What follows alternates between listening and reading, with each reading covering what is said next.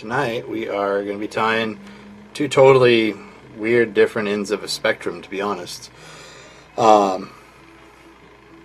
First one's a midge pattern for inland lakes during the winter. And the second one is a steelhead swing fly. So, pretty different stuff tonight. Hope you guys are enjoying your Thursday night, and it's not too wet wherever you might be. It's been a pretty serious set of storms we've been getting through here. Happy Thursday. Happy Thursday. So, I think I'm going to start off with the midge, and I'll give a little bit of an explanation on it and explain why I tie it the way I do. But first, we'll go up and get more vise, less of my face as usual, kind of a thing. I'm going to adjust one camera first here, just so you guys know. Beep. So, that white bead is like electric, I think. And then let's see here. Oh, we need to be more that way. Bill Hollister, what's up? Dan, hi. How's it going? So, cool. Alrighty. So, hopefully you guys have some fun plans for the weekend. A bit of a cough, I apologize. Had a dry throat all day. Hope I'm not getting the dreaded man cold. It's a real ailment. We all suffer from it as men.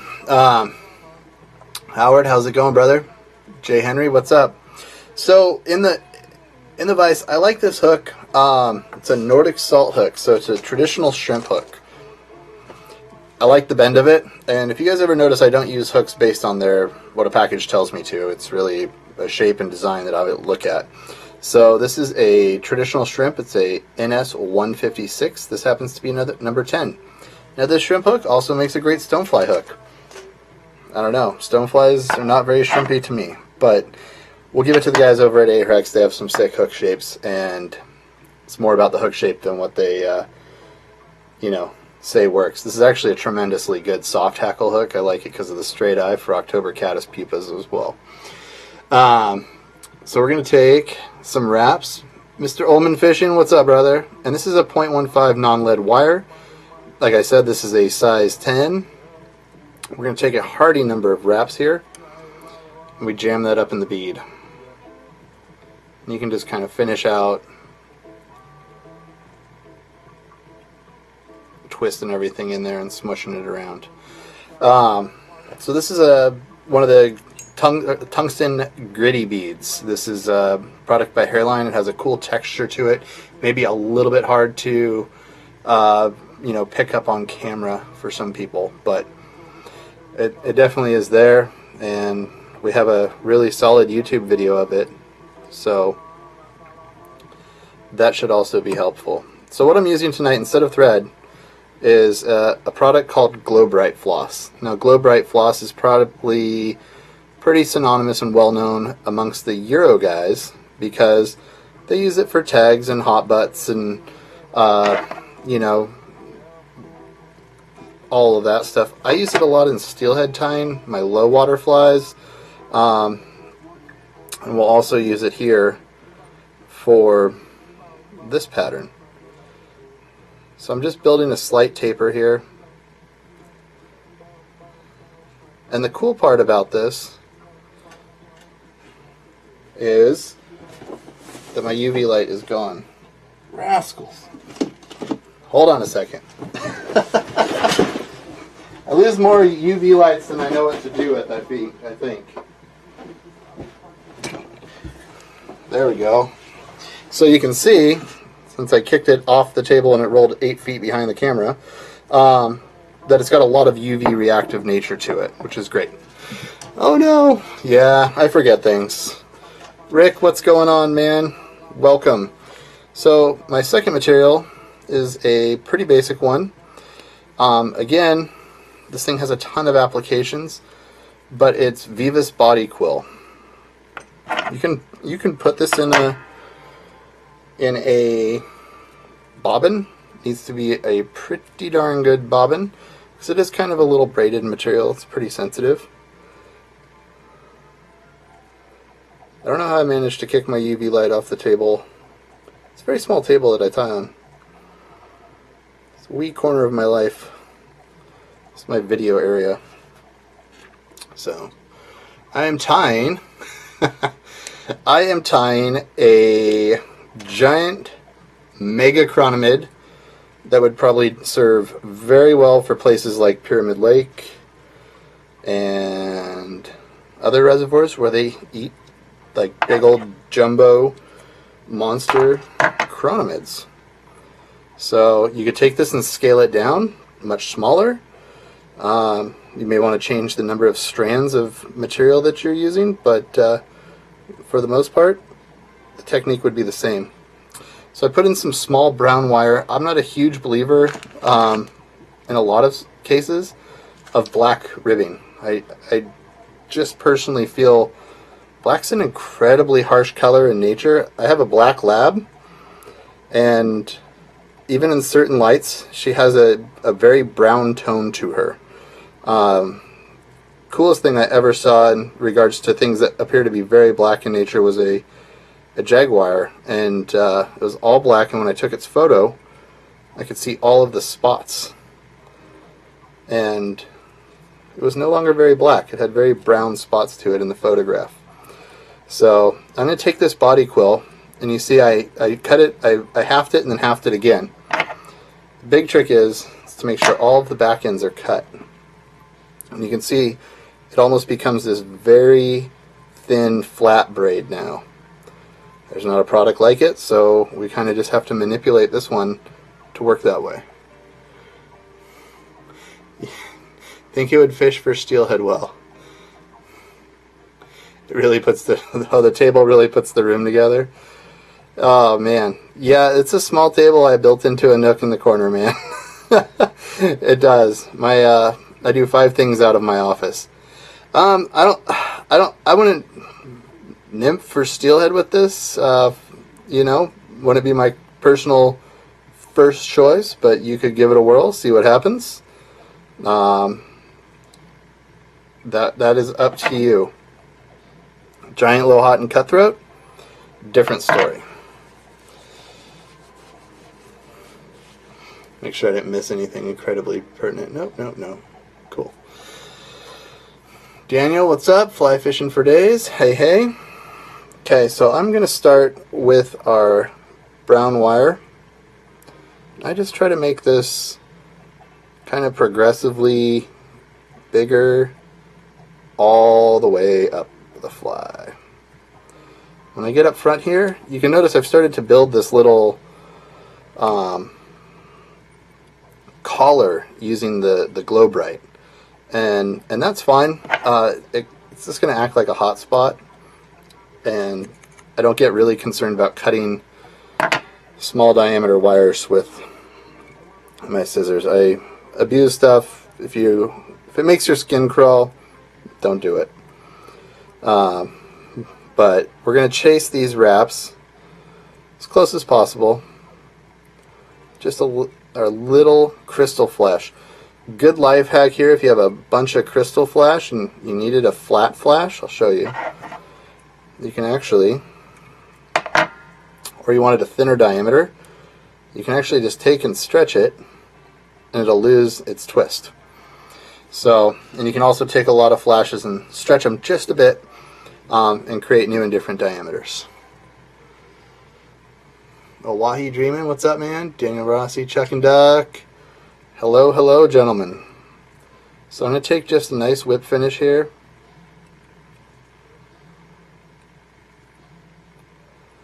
And we'll go ahead and trim this off. This is a really fast pattern. I can guarantee you the next one won't be. Just a fair warning. So what I'm going to do is I'm going to take just the slightest amount of flow and just start building a body. And I don't even mind getting that out into the hook shank just to make sure everything's getting covered. I'll bring it up on the bead. Gently rotate until you're kind of where you want to be. We'll go ahead and cure it up. I don't know how it shows up. I mean, it looks like it glows on the screen, but there's a lot of fluorescence, probably more so maybe in the collar. But yeah, that's the Mega Midge. You can tie them in black too. There isn't a real big glow bright color of black that I've seen.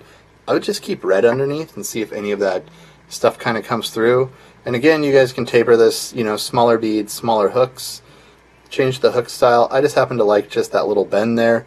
You can have the fluffy gills out of the front. I can't tell you if that makes a mega difference in the world, but there you go.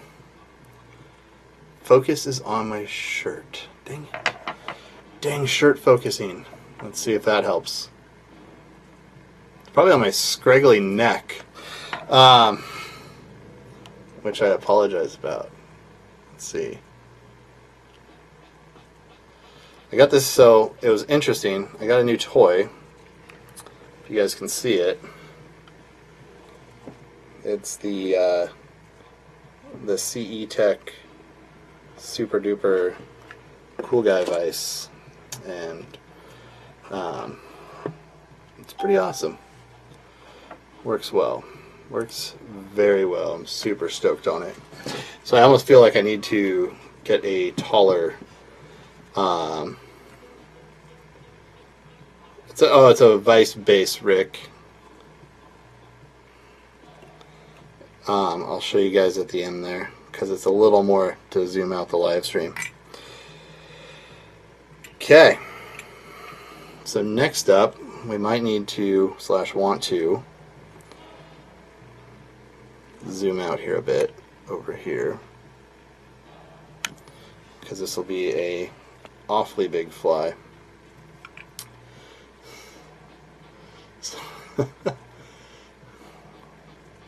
That is a fat base. Yeah, it's pretty awesome. I'm pretty fired up over it. Kind of a fly tying nerd, so it does the trick for me. Alright, so in here you can use like an Ahrex 482. This is small Senio wire. I just like to wrench it down, get it nice and tight. Let's use a pink one. So since I run a shank vise, most of the time I like to run shanks. So I cut my Flyman 40 mil shanks back typically to 20, 25.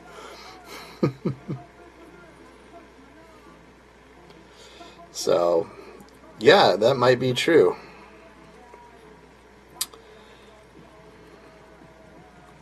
Let's see, how much more do I want to add on here? That's about where I want it. Cool.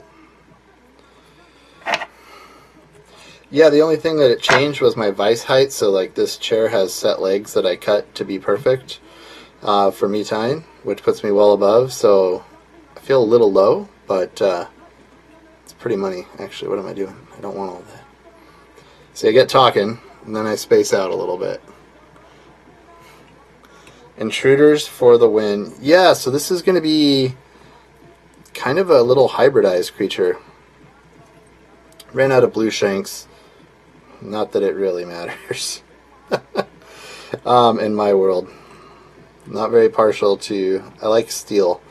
So with using this Vivus 50D, I like to go ahead and just lash everything in and kind of just decide where I want everything to live and be happy. Again, don't do that with your stuff. So, or if you're going to, use your old pair.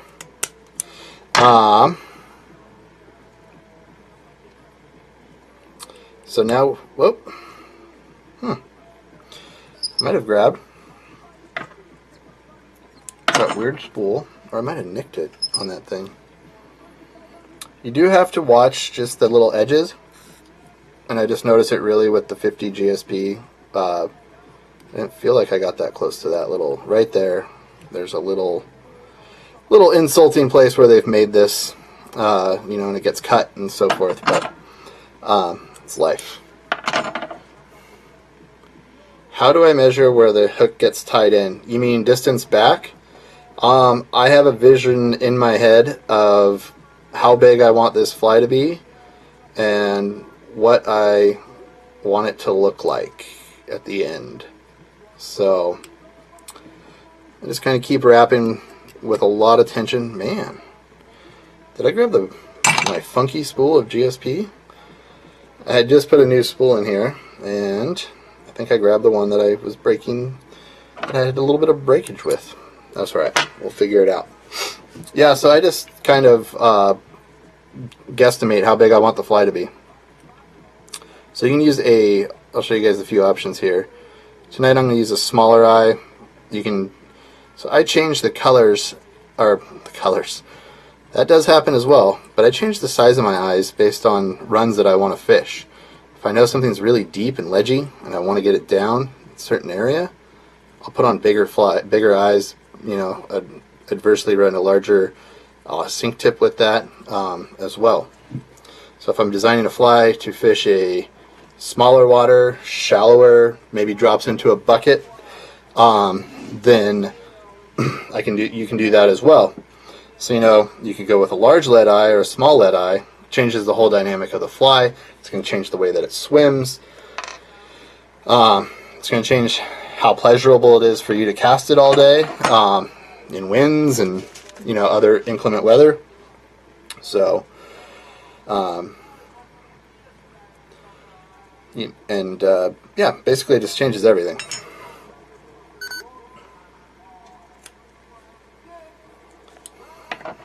So this is some fin raccoon, and I like it because at the end what happens is you can see it starts to get like a very prominent looking little feature, and it almost acts, it has a lot of movement behind it, let's just put it that way. It doesn't act exactly like a rabbit tail, but it creates a really nice profile. So I'm actually going to leave some of the underfur and guard hairs and all that jazz.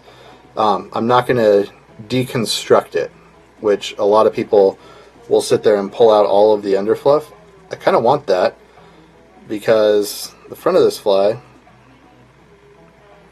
will kind of wrap over that, and that's going to be the end of the profile of this pattern. So I just make sure it's in there really good. I'd wrap in about 3/8 of an inch and come back.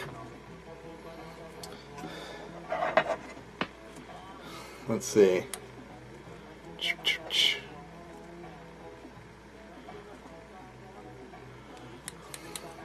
In short, it's situational. Yes, absolutely. I mean, run by run, you know, the front of a run can be, you know, 100% different in the way that you fish it from, like, say if it tails out into a big bucket, and, you know, that's going to fish differently as well. So I'm sure most people have seen, like, big composite loops and dubbing loops get made. So I'm going to explain what I'm doing. I want some pink ice dub in the back here. So I'm going to lay down some pink ice dub. And I'll take you guys on a step-by-step through the materials. The rest of my dubbing loop, I'm going to be using Kingfisher Blue. It's ICE 199. It's a beautiful, cool, newer color. I think it was just released last year. It's one of my favorites. So I'm going to create that. So realistically, when I pick this up, it's going to look like this on the bench. Now, here's where we start to get a little bit wild. So I'm going to take some smalt blue. This is ice ripple fiber. It's a kind of a flash material, you know, if you will, but it's got this cool lightning bolt effect to it. And I like it to be nice and straight. So I'm going to spread this out throughout the dubbing loop, and I'm going to take just a pinch of, this is Ice Dub Silver Holographic. It's, like it says, it's silver and holographic. I could try to explain it further, but imagine that your imagination can take hold here. And what that does, it just has a ton of light refraction, and I put that towards the rear of my dubbing loop. I don't want it up front where I'm going to be putting in all of my other materials. I want it to create kind of right in here just a little bit of an inner glow. So I dig this electric blue ice ripple fiber. It's a little bit stiffer than the smolt blue that we put in, and it's also an opaque color, so it's not a translucent version. And I'll lay that into the loop as well. So those kind of are all lurking in the back of my loop. For the front of my loop, I start bringing in some micro voodoo fibers. And I was trying to explain to somebody asked me why I like the black clear. It's kind of a chameleon. And the way that I work with these, it's kind of important. You can take them out of the package if you want. They have a greater propensity to get messed up. So what I do is I just bring that up here, cut a little corner, leave them nice and straight and somewhat protected. D-loop. Kingfisher blue is the bomb. It's like one of my two confidence colors for steelhead fishing. So I'm going to lay in probably about 20 to 30 strands of the voodoo fibers, and they're kind of sticky. They're it's very soft, so it sticks to your hands kind of. And next up, we're going to bring in a couple colors of some ostrich. These tips aren't the best. Fish don't care. And let me see if I can grab this second color here. So we're going to lay in a light and a dark blue, create, this light blue plays well with the tail. The dark blue is going to create some highlights. D-loop tweezers for the win. Yes, sir.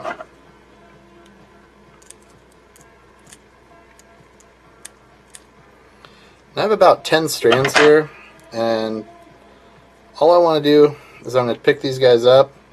I don't even them. I don't want them, personally, for me, I don't want them to be even. If they were even, nothing's even in nature, in my opinion. Like, you look at every animal, they're slightly different. Dog, cat, human, whatever. So I don't mind a little bit of variance. I think different steps in materials creates, false movement and allows each material to breathe a little bit better. So I'm going to take about 6 strands of the light blue, just because it's not as, I don't want it to be as prominent. So you can see I'm kind of trimming them short. If I had these are a little bit longer of barbules than I normally hang out with, but we're going to run with it. Last but not least, up front is a little bit more smolt blue and crystal flash. I'm going to have to take a drink. Hello, Tampa Fly Girl. You love that color? Me too. I don't know why. Kingfisher blue and pink are like my jam for like I said, one of my favorite for steelheading. So I treat my crystal flash kind of the same. Quick snip in the corner, work out just what I need.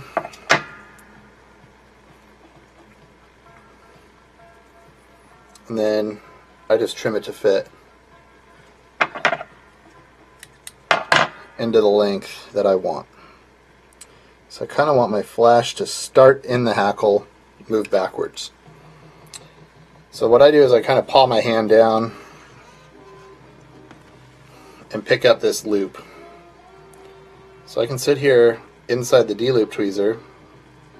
I don't need that much pink. I don't care about that, or whatever it might be. Did you guys notice my bobbin's not squeaking tonight? Nobody said anything, it's just an observation.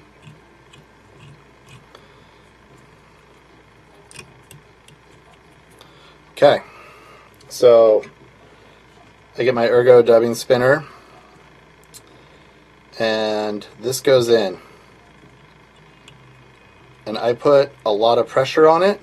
I don't use You know, there's no slimes, there's no secrets here. This is a really slick thread. People ask me how I kind of just look at it and I said, okay. I like to spin it back down here and do a controlled release of the, you know, the built up tension.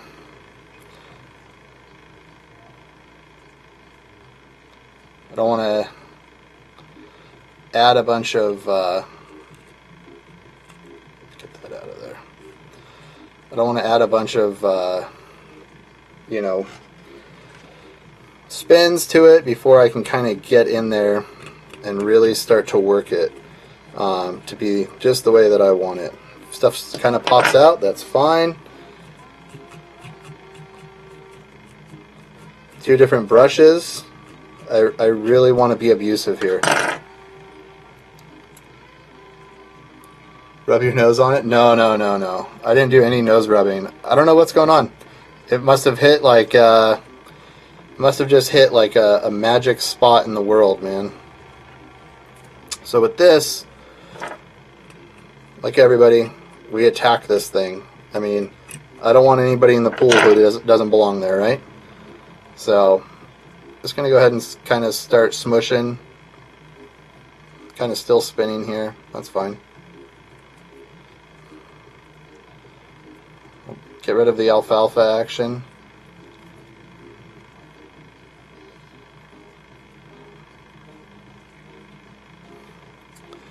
And then what I want to do is just kind of start gently massaging this thing, and I just treat it just like a hackle. You gotta, you know, take a little bit of care, finesse it back a bit.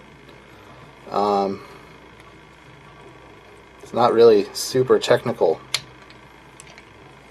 It's a cool big composite dubbing loop. Lots of material. Lots of motion, action going in.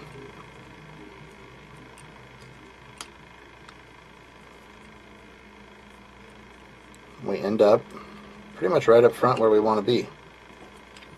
So I'll throw a few wraps in. That is a good trick, brother. Jerry's a good guy. Jerry French had a crush on my cousin during like elementary school, possibly. I always enjoy talking to Jerry.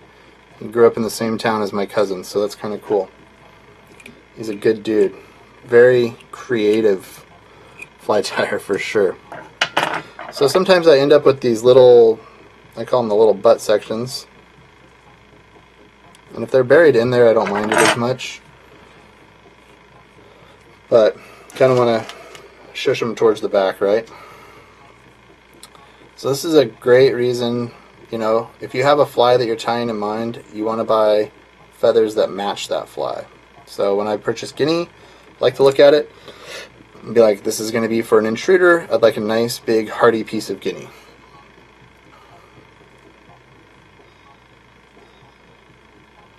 So what I do is I'll take the tip of the guinea feather. I like to separate it, and I brush everything back.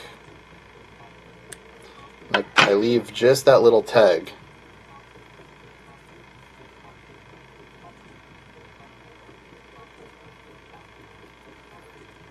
And then we'll pull everybody back out of the way up front here.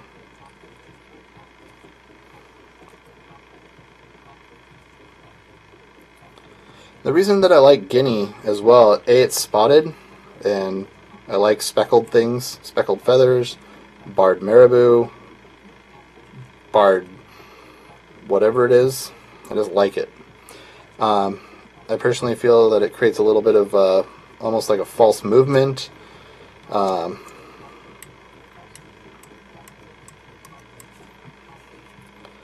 Just kind of creates just a little bit of different stuff, but the guinea is really stiff. You can see it just wants to sit proud as you comb through it and work with it. It just is kind of a tough fiber, and can that work for the Pacific Northwest? Yes, absolutely. Pretty much anywhere, I would say, north of San Francisco. you found a coastal stream with anadromous steelhead fish in it, possibly even salmon. I mean, I'm not going to count it out, you know. This is definitely something that I would throw. Usually I'd color this. We're just going to let some flow soak in there.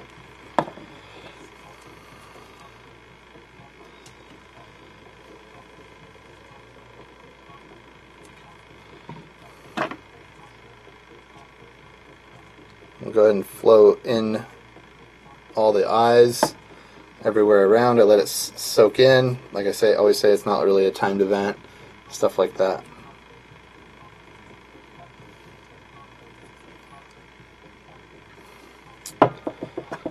So, do a little bit more brush work here. Make sure there didn't miss anybody. Nobody's hanging out that shouldn't be there.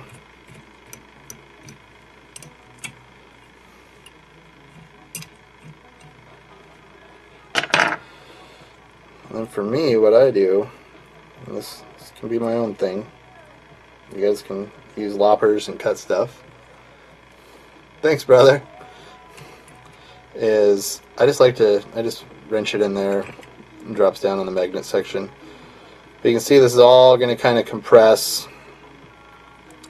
But that guinea, because it's such a stiff fiber, it kind of holds everything out nice and up. And it's just a nice, light castable, single stage, you know, steelhead fly. It's got a lot of cool colors. You can basically do the same thing and make it bigger. Make more stages of it, whatever you would really like to do. Nope, we're going to go the other way. That was bad. So, does it feel tacky or is it greasy? That's I don't have that issue with mine. I use the power lamp. I use, you know, nothing special there with what I have as far as Loon goes. It's a great question. If it's one of our lights, typically we do make our lights to cure our resin. If it's not, that could be the issue, the battery. But a lot of times it does have like a little bit of like, I'd almost say it's like an oil slick rather than tackiness. But that's just my spin on it. So for you guys on live stream, this is the new toy that I picked up. It's a cool base by CE Tech Innovations. It's keeping me organized. So that would be my best recommendation with the resin stuff. New batteries, make sure you're using a Loon light. You would use the Ultra Rig. Yeah, I've never seen, like, all of my shops here locally, nobody sells the Ultra Rig. So I can't even buy it to play with it and see how I like it. So anyways, guys, hopefully hopefully our rivers calm down here soon enough and we can go out and swing again. But everything's pretty much Charlie and the Chocolate Factory status right now, so we're gonna have to wait just a brief period of time. Dyed in the Wool, what's up? That base, yes, double love eyes, absolutely, brother. I think the base is like about 150, but it's stable, it holds everything. I spend a lot of time here doing videos and video work and just personal tying. So, you know, after 28 years of tying, I figure might as well treat myself, right? So, all right, guys. Well, I'm going to bail out, and I appreciate you guys all tuning in, and we'll see you back in a few weeks, if not sooner, because sometimes I do pop up live streams. So, Loon coming out with more colored UV options. That would be dope. I hope so. I'll have to talk to the guy that designs that stuff, but it would be a fun thing. So, alright guys, have a great rest of your evening, brilliant weekend. If you're in Sacramento, maybe go to the ISE show. Sounds like it's going to be raining anyways. Rivers are blowing, might as well check out some cool stuff. And yeah, take care guys.